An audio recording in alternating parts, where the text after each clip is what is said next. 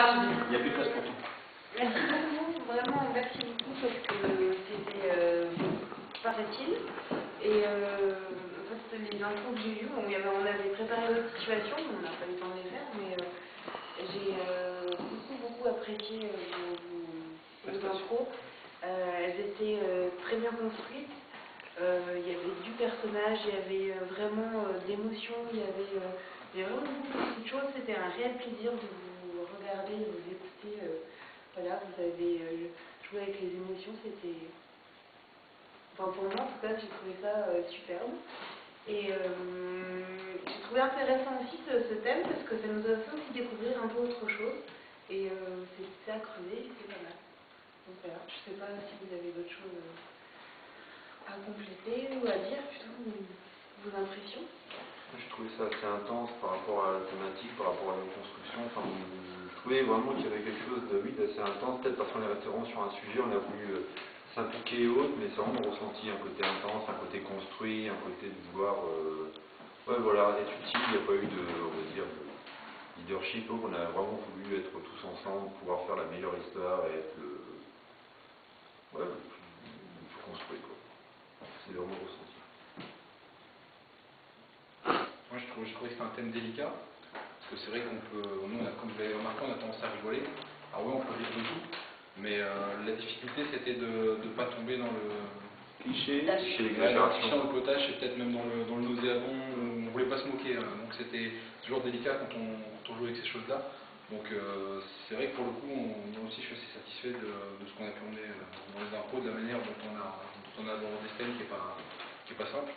Puis comme je disais, enfin, il y en a qui le savent, mais moi ça me change d'idée parce qu'il y a un plan social dans notre société en ce moment. Donc voilà, non, c'est une société de presse. Donc voilà, c'est bien pour savoir ce qui m'attend. Avec le recul.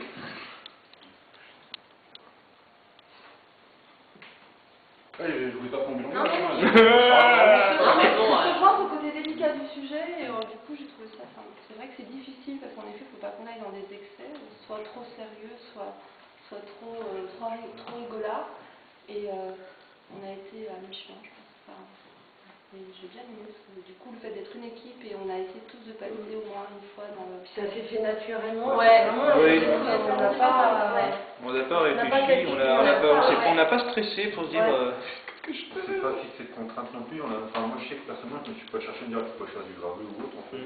Voilà, ça s'est fait naturellement. Ouais, et voilà, moi j'ai à aucun moment je me dis bah je sais pas quoi faire, j'ai l'impression vraiment que c'est venu. Mais c'était en plus, c'est ça, moi je ressentais ça vraiment naturellement, vous êtes venus, enfin c'était vraiment, ça c'était super agréable d'avoir une seule et même équipe, enfin une seule, un groupe de personnes et bon c'était... Ouais, du coup peut-être qu'on construit plus ensemble que si on est deux équipes, parce que même si si on doit jouer ensemble, il y a quand même toujours...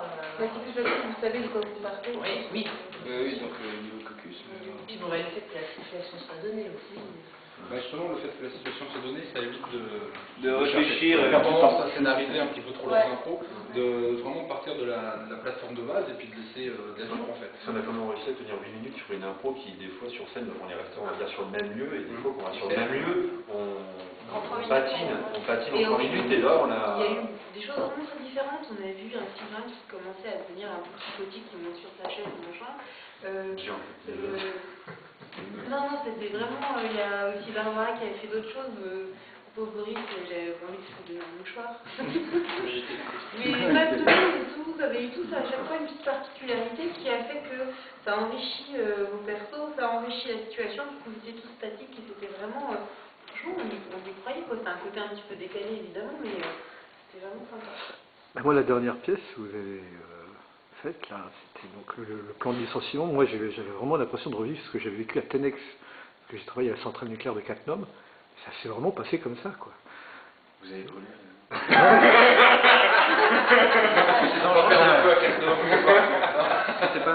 Non, on va déclencher un accident nucléaire à Pôle emploi à cause des radiations.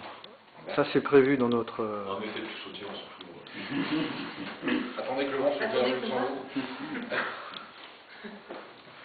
Je serais curieux de voir, enfin je ne sais pas comment vous l'exploitez, mais de savoir un peu la réaction des gens de votre association, parce que justement, toujours par rapport à ce côté des clichés, manque de dignité ou de tact parfois, savoir comment ils l'ont pris, savoir s'ils ont pensé qu'on a été assez loin, si on a été trop gentil, si on a fait des trop grosses ficelles, voilà, avoir un petit retour.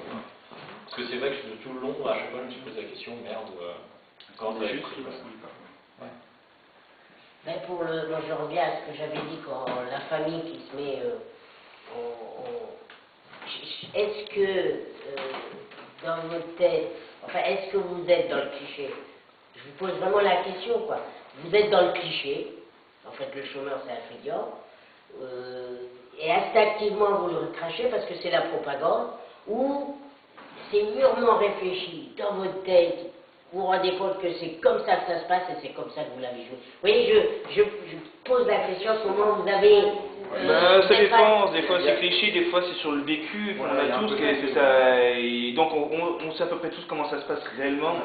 Sur le côté culpabilité, moi l'année dernière j'ai un de mes collègues qui s'est licencié à la première vague, et ils sont roulés quoi. Alors on avait beau lui dire qu'il était pris au hasard, hein, il fallait quelqu'un s'est tombé sur lui.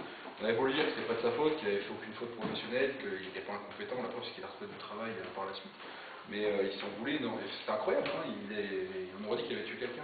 Alors que c'était lui qui subissait à la base. C'est un truc qui m'a choqué quoi. Je crois qu'après on a, ce que tout le monde apporte ce qu'il a vécu ou ce qu'il a connu à travers les expériences.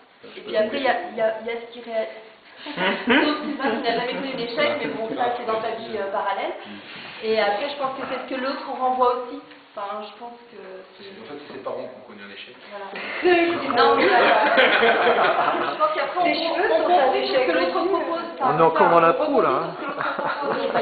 Je pense pas que ce soit vraiment mûrement réfléchi, ça peut pas l'être parce que ça reste. C'est improvisé, on peut pas. Il y avait une profondeur, c'est là vraiment le moment qui m'a le plus.